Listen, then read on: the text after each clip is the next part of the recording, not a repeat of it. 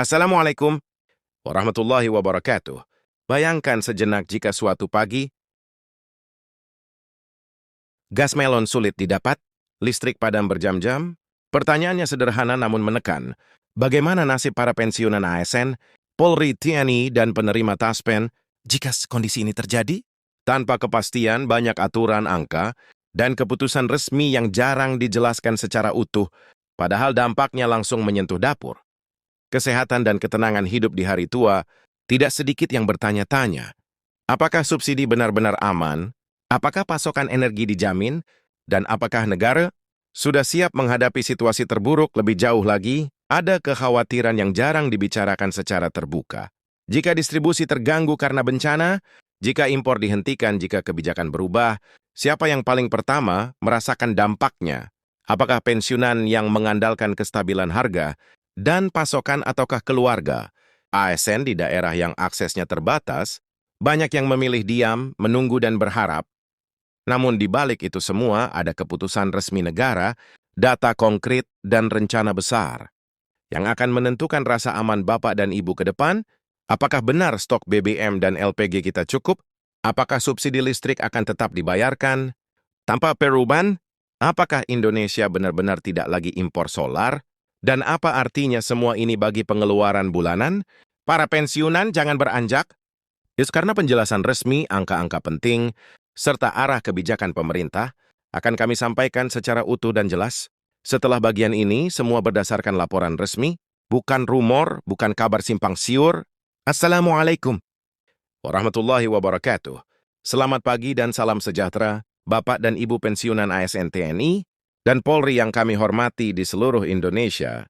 Berikut ini kami sampaikan laporan bergaya pemberitaan nasional mengenai kondisi energi, subsidi dan kelistrikan yang menjadi fondasi penting bagi kehidupan masyarakat.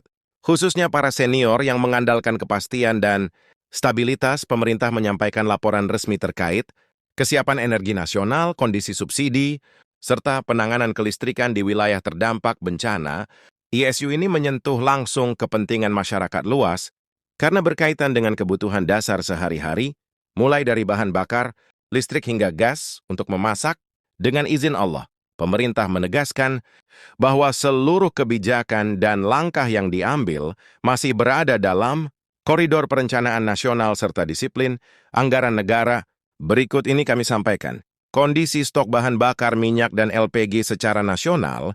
Pemerintah melaporkan bahwa ketersediaan BBM dan LPG saat ini masih berada dalam batas aman, sesuai standar minimum nasional. Untuk bensin bersubsidi RON 90, stok nasional berada di kisaran 18 hari.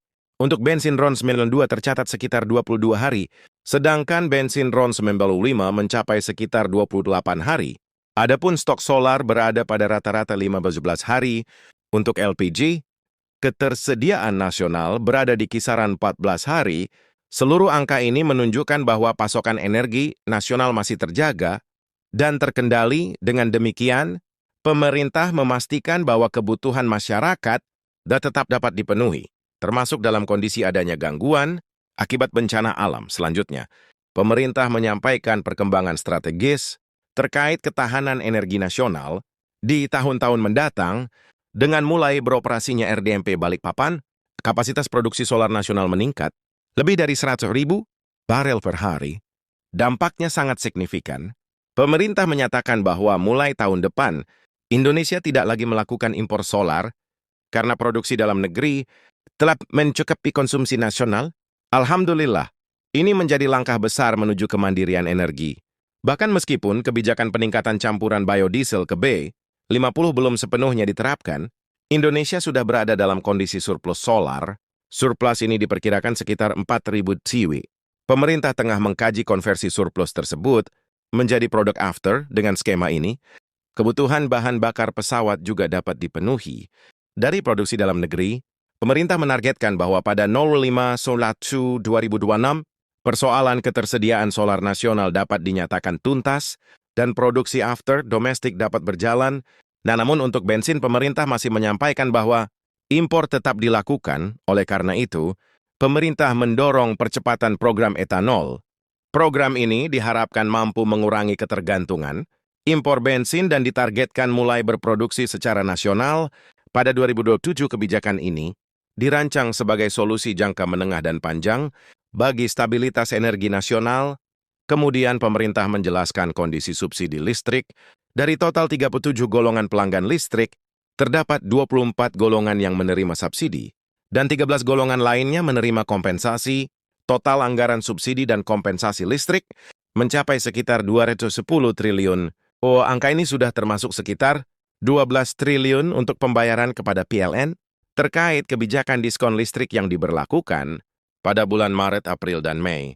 Pemerintah menegaskan bahwa hingga kini, seluruh skema subsidi dan kompensasi masih berjalan sesuai rencana dan tetap berada dalam batas APBN tanpa tambahan anggaran. Selanjutnya, Bamberistak melaporkan program listrik desa.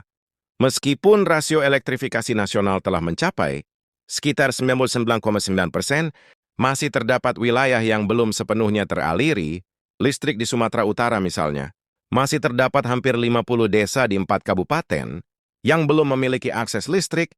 Permasalahan ini bukan semata akibat bencana, melainkan karena jaringan listrik yang memang belum tersedia. Secara nasional, tercatat sekitar 500-700 desa dan 400 dusun belum teraliri listrik. Pemerintah mendorong agar program percepatan ini terus dijalankan hingga seluruh desa di Indonesia dapat dilistriki, sekaligus mendukung sekolah-sekolah berbasis teknologi. Kemudian kami sampaikan laporan mengenai kondisi kelistrikan di Aceh pasca bencana untuk Banda Aceh. Total kapasitas listrik sekitar 110 megawatt. Alhamdulillah, pasokan listrik rata-rata 60 megawatt telah berhasil disalurkan. Sebagian dengan dukungan genset, pemasangan jaringan, gardu induk telah mencapai sekitar 80-90% dan ditargetkan rampung pada November 2026. Saja jaringan ini beroperasi penuh, aliran listrik dari Arun dan jalur Sumatera dapat tersambung secara normal. Namun pemerintah juga menegaskan bahwa belum seluruh desa dapat langsung dialiri listrik karena kerusakan infrastruktur, tegangan rendah, akses jalan yang terputus, serta wilayah yang masih tergenang banjir. Penyaluran listrik secara paksa justru berisiko menimbulkan kecelakaan. Oleh karena itu, pemulihan dilakukan secara bertahap dengan mengutamakan keselamatan masyarakat. Terakhir, pemerintah melaporkan mobilisasi BBM dan LPG di Sumatera Utara dan Aceh. Di Sumatera Utara, kondisi BBM relatif lebih baik, sementara LPG masih membutuhkan perhatian. Karena keterbatasan akses jalan, pemerintah menambah armada kapal untuk distribusi LPG melalui jalur laut. Di Aceh khususnya 3 kabupaten, distribusi dilakukan melalui berbagai cara, mulai dari helikopter, pesawat Hercules, jalur alternatif hingga rakit. Semua potensi dimaksimalkan demi percepatan distribusi energi bagi para pensiunan.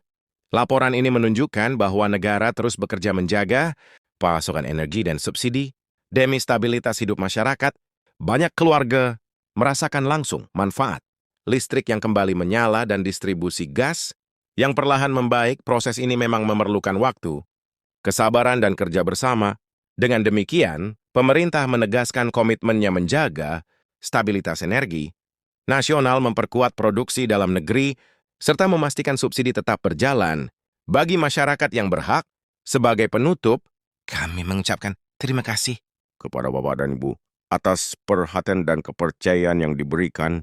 Dengan izin Allah, mari kita terus bersabar dan berharap desanan dapat membagikan dan berlangganan agar tidak tertinggal informasi resmi berikutnya. Insya Allah pembaruan akan terus kami sampaikan dalam siaran mendatang. Wassalamualaikum warahmatullahi wabarakatuh.